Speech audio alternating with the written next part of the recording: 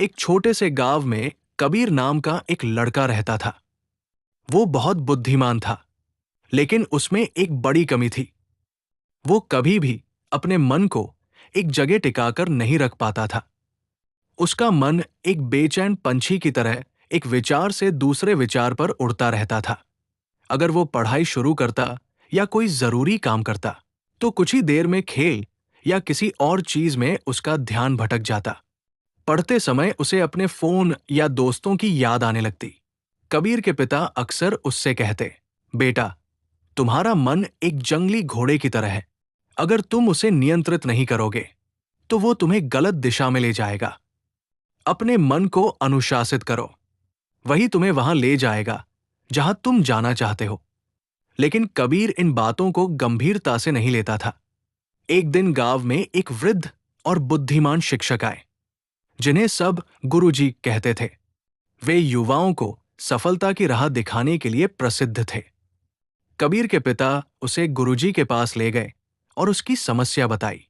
गुरुजी मुस्कुराए और कबीर को पानी से भरा एक छोटा गिलास देते हुए बोले, इस गिलास को पकड़कर मेरे बगीचे का एक चक्कर लगाओ, लेकिन एक भी बूंद पानी नहीं गिरनी चाहिए। काम आसान लग रहा था, लेकिन जैसे ही कबीर चलने लगा, चिड़ियों की चहचहाहट, पत्तों की सरसराहट और बच्चों की हंसी ने उसका ध्यान भटका दिया। हर बार जब वो इधर-उधर देखता, थोड़ा पानी गिर जाता। जब वो वापस लौटा, तो गिलास आधा खाली था।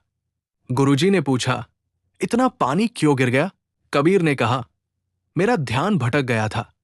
गुरुजी बोले, ये गिलास तुम्हारा लक्ष्य है और पानी तुम्हारा ध्यान। आसपास की आवाजें दुनिया के विकर्षण है। अगर तुम अपने मन को अपने उद्देश्य पर स्थिर नहीं रखोगे, तो तुम्हारा लक्ष्य धीरे धीरे खाली हो जाएगा। कबीर को बात समझ आ गई। उस दिन से उसने छोटे छोटे बदलाव शुरू किए। रोज एक ही समय पर उठना, फोन का कम उपयोग करना और जो भी काम करे उसमें पूरा ध्यान देना।